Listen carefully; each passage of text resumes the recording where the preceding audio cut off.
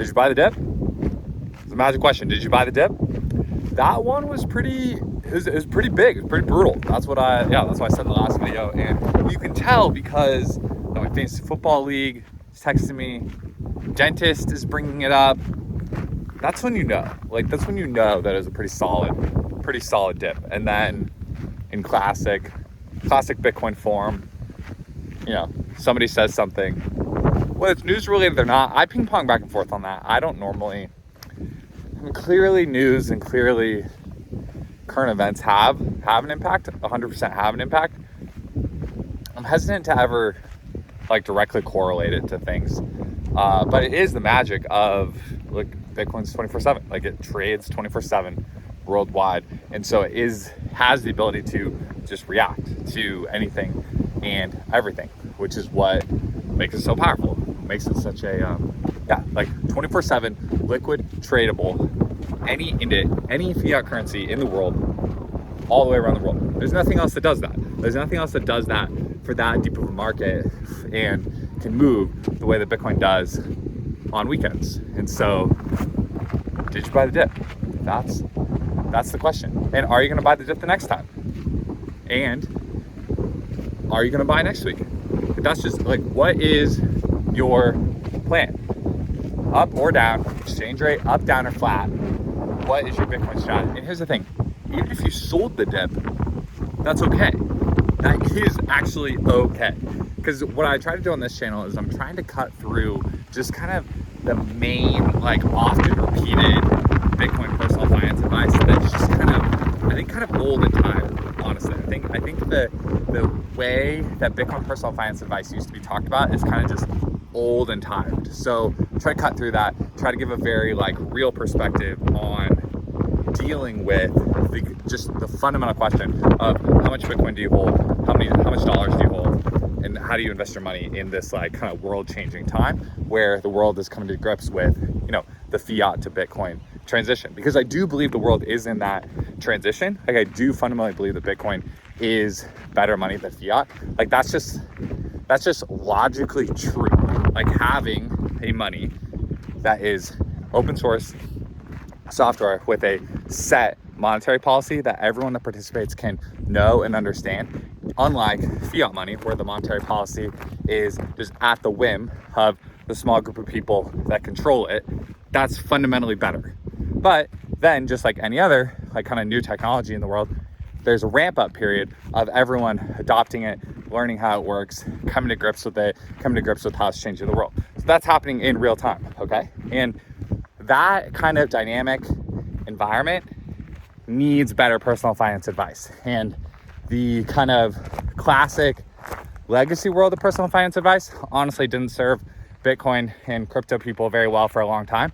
And at the same time, the kind of OG Bitcoin crypto personal finance advice just wasn't that great, wasn't that helpful. The whole never sell Bitcoin thing wasn't helpful. It was maybe helpful at the margins to just kind of basically what never sell Bitcoin's basically kind of shorthand for is just saying how big of a deal it is, right? How big of an opportunity it is, which is true. That's super true.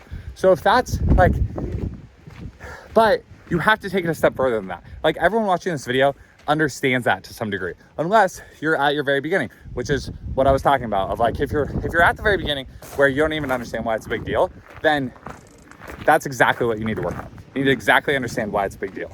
If you've watched lots and lots of videos, and I've watched lots and lots of videos. I've been watching Bitcoin stuff on YouTube for years, almost 10 years. And so if you're already there, if you already understand it, yeah, Bitcoin's a very big deal. Sweet. But still, the question of how to accomplish your personal finance goals while dealing with how big of a deal it is not a one-size-fits-all question. And so, over the last week, when we saw the exchange rate dip and we saw 0.01 Bitcoin go all the way down to $800, and sitting here right now, 0.01 Bitcoin, $930. Say you had traded 0.01 back to dollars at 800, right? That's a bummer, right? So on paper, that's now a bummer because the exchange rate is higher. Totally. Totally. But if that brought your balance sheet into alignment, then it's not a bummer. Then it's honestly not a bummer, because the question still isn't going anywhere. Like the question of how much Bitcoin to hold, how much dollars to hold, and how to accomplish your like personal finance goals isn't going anywhere. And so that's like what I want to like get kind of continue to cut into, because I think answering that in your life of what is your method for doing that? What is your method for knowing how much of each to hold so that you can deal with the exchange rate going up and down and sideways? You having your dialed in method for that is what gives you the ability to accomplish your savings goals, your investing goals, and your kind of like life, just like classic life goals. Because it's almost like, this is like just stereotypical, but just like holding money in and of itself doesn't create like the impact in your life. It's other things that create the impact in your life. And I'm not even meaning that in a cheesy way. I'm meaning that in just like, cause literally, it's not the actual money. It's what the money can do for you. And I think that concept was often lost in a lot of the Bitcoin personal finance advice over the years of just the very, very like hardcore never sell. And that's also, all of that is also why I think the whole saying of like 1 Bitcoin equals 1 Bitcoin is just not helpful. Like, it's, again, on its face, the point of saying it is to be like, oh, don't get bothered by the volatility. Don't get bothered by the volatility. Okay, yeah, but how do I accomplish my personal finance goals?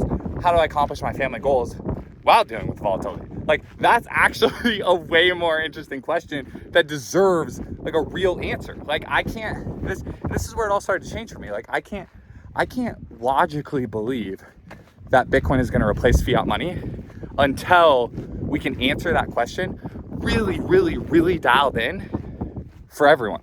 Because that's what everyone's asking. Everyone is interested in, well, how do you deal with the volatility? I've talked to people of all ages, like, and that comes up, right? That comes up. You've talked to people of all ages, and that comes up, right? 1 Bitcoin equals 1 Bitcoin doesn't help answer that question for the person that's genuinely asking, hey, I want to understand what you're saying about Bitcoin being better than the fiat money. How do I begin to incorporate it in my life? So we have to come up with more intelligent answers on how to incorporate it like actually into your life to spread more and more people, coming to understand the financial benefits of Bitcoin being better than dollars.